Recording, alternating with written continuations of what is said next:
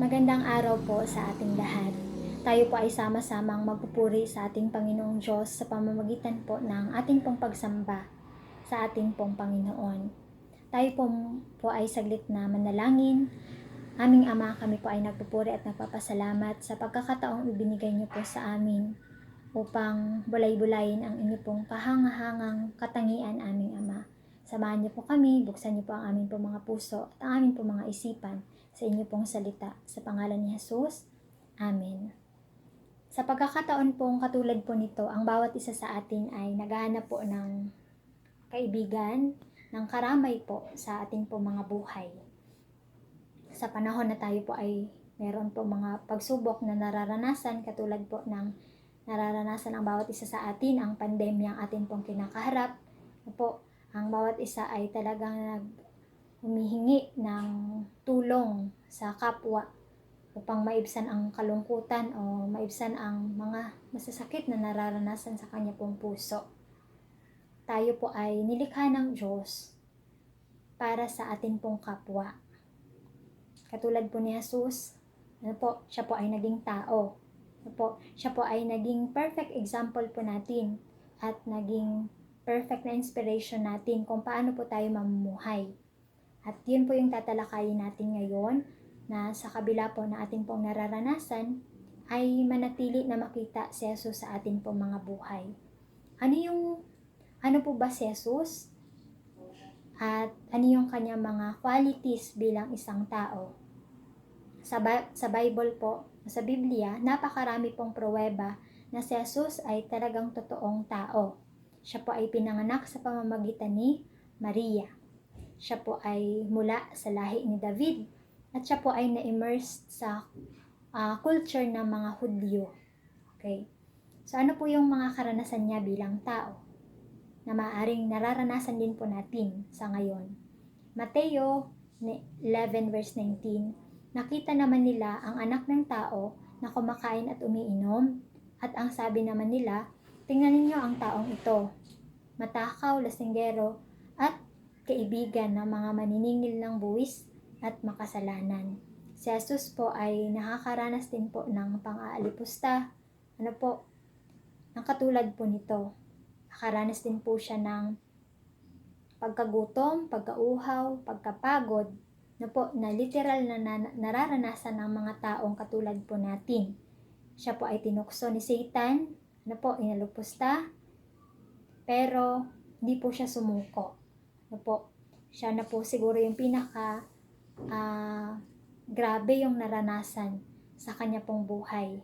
Sukdulan po yung hirap na kanya pong nararanasan, sapagkat dumating po sa point na siya po ay ipinako sa krus para po sa bawat isa sa atin. Sa kabila po nito, sa kabila po ng kanyang mga nararanasan, nananatili po yung mga kanyang katangian bilang isang Diyos. Una, ano po yung katangian niya na dapat din po nating taglayin bilang isang mananampalataya po? Una, siya po ay humble. He was humble. Siya ay mapagpakumbaba. In fact, hinugasan niya po yung paa ng kanyang mga alagad. At sabi po sa Mark 10 verse 45, for even the Son of Man did not come to be served, but to serve, and to give His life as a ransom for many. Siya po ay naparito upang maglingkod at hindi paglingkuran. Ganun po mapagpakumbaba si Jesus. Pangalawang katangian, siya po ay truthful. Siya po ay totoo sa kanyang mga itinuturo. Na kahit po hindi niya alagad, nakakapag-attest na totoo ang itinuturo ni Jesus. Sabi sa Mateo 22 verse 16, kaya pinapunta nila kay Jesus ang ilan sa kanilang mga alagad kasama ng ilang mga tagasunod ni Herodes. Sinabi ng mga sugo, Guro, nalalaman namin kayo'y tapat at itinuturo ninyo ng buong katotohanan ang ibig sabihin, ang ibig ng Diyos na gawin ng mga tao. Yun. Kahit po ang mga sugo ni Herodes nakapagsabi na si Jesus ay totoo sa kanyang mga itinuturo, sapagkat ito ay nakikita sa kanyang mga gawa. Una po, siya ay humble. Pangalawa, siya po ay truthful. Pangatlo, siya po ay compassionate. Siya po ay mahabaging Diyos, mahabagin kahit sa kanya pong mga kaaway. Sa dami po ng lumapit kay Jesus, wala po akong nakita na tinanggihan niya. Bagkos, ang bawat lumalapit sa kanya ay binigyan niya ng katugunan o hindi po niya binabaliwala. Wala po siyang pinipiling tao. Ano at sino ka pa man, God will accept you and give favor on you. Ganun po ka-compassionate ang atin pong Panginoong Jesus. Pang-apat, he was approachable. Siya po ay madaling lapitan. Sa lahat ng pagkakataon kahit pa po iyan ay Sabbath day, talagang kapag may lumapit sa kanya, na humingi ng tulong sa kanya, hindi po siya tumatanggi. Ganun ang katangian ni Jesus. Pang-lima, he loved his country. Siya po ay mapagmahal. Siya po ay mapagmahal sa kanya mga nilalang, kanya po mga nilikha. Sabi po sa Lucas 19:41, nang malapit na siya sa Jerusalem at natatanaw na niya ang lungsod, ito'y kanyang tinangisan. Ang Jerusalem po ay bayan na kanya pong pinabibilangan at talagang ganun na lamang yung kanya pong pagkalungkot. Nung nakita niya ang mga tao o ang Jerusalem na nagdusa, naghirap, ganun ka mapagmahal si Jesus. Ang bawat isa sa atin po ay meron po kanya-kanyang mga pagsubok katulad po ng nararanasan ni Jesus. Lalo higit sa pagkakataon pong ito. Nariyan ang COVID o marahil ang ilan sa atin ay malayo sa atin po mga mahal sa buhay. Nawalan po ng kaibigan o mahal sa buhay. May karamdaman o nahihirapan po sa paaralan o sa trabaho. Pero tandaan po natin, si Jesus ay palagi pong nariyan, tutulungan niya po tayo at gagabayan sa ating mga buhay.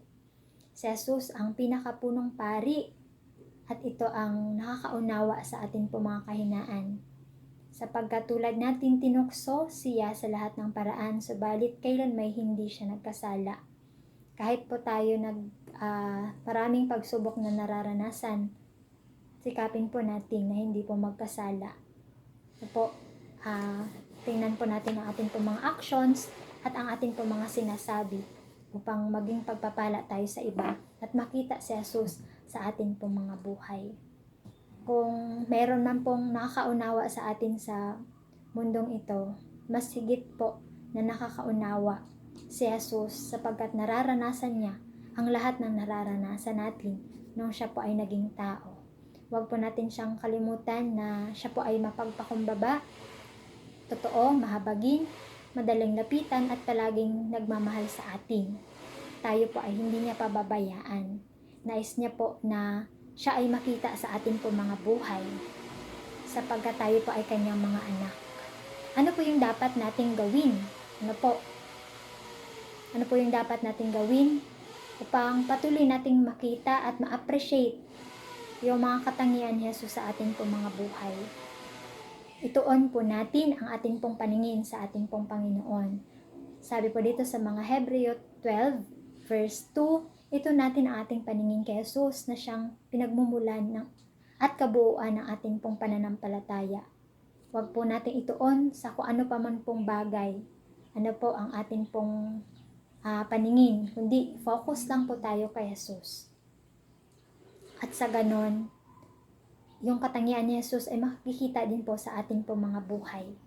At doon, malulugod ang ating Panginoon. Sabi po dito, sa Awit 37 verse 4, kayawi mo hanapin ang kaligayahan at ang pangarap mo iyong makakamtan. Ang iyong sarili sa Kanya italaga. Tutulungang ganap kapag ikay nagtiwala. Magtiwala lang po tayo. Delight yourself in the Lord and He will give you the desires of your heart. Yun po yung sa English version. Kay Jesus po natin matatagpuan ang hinahanap natin sa ating pong buhay. Siya po yung ating pong Siya po yung tunay nating kaibigan, karamay, patulong nagmamahal sa atin. At higit sa lahat, siya po ay mapagmahal na Diyos. Kung ano po yung kanyang katangian nung siya po ay naging tao, ganun pa rin yung kanyang katangian hanggang sa kasalukuyan. Hindi po nagbabago ang atin pong Panginoong Jesus. Ano man pong hirap na atin nararanasan, kapit lang po tayo. Keep on fighting. Kaya po natin ito. Basta meron po tayong Diyos. Nawa po ang katangian ni Jesus ay maging example natin. Di lang po hangaan natin, kundi sikapin po nating maisabuhay upang sa ganon ang atin pong Panginoong Diyos ay malugod sa atin po mga buhay, sapagkat nilikha niya po tayo upang maging perfect na example katulad niya. Maraming pong salamat, at sa Diyos po ang pinakamataas na papuri. Amen and amen.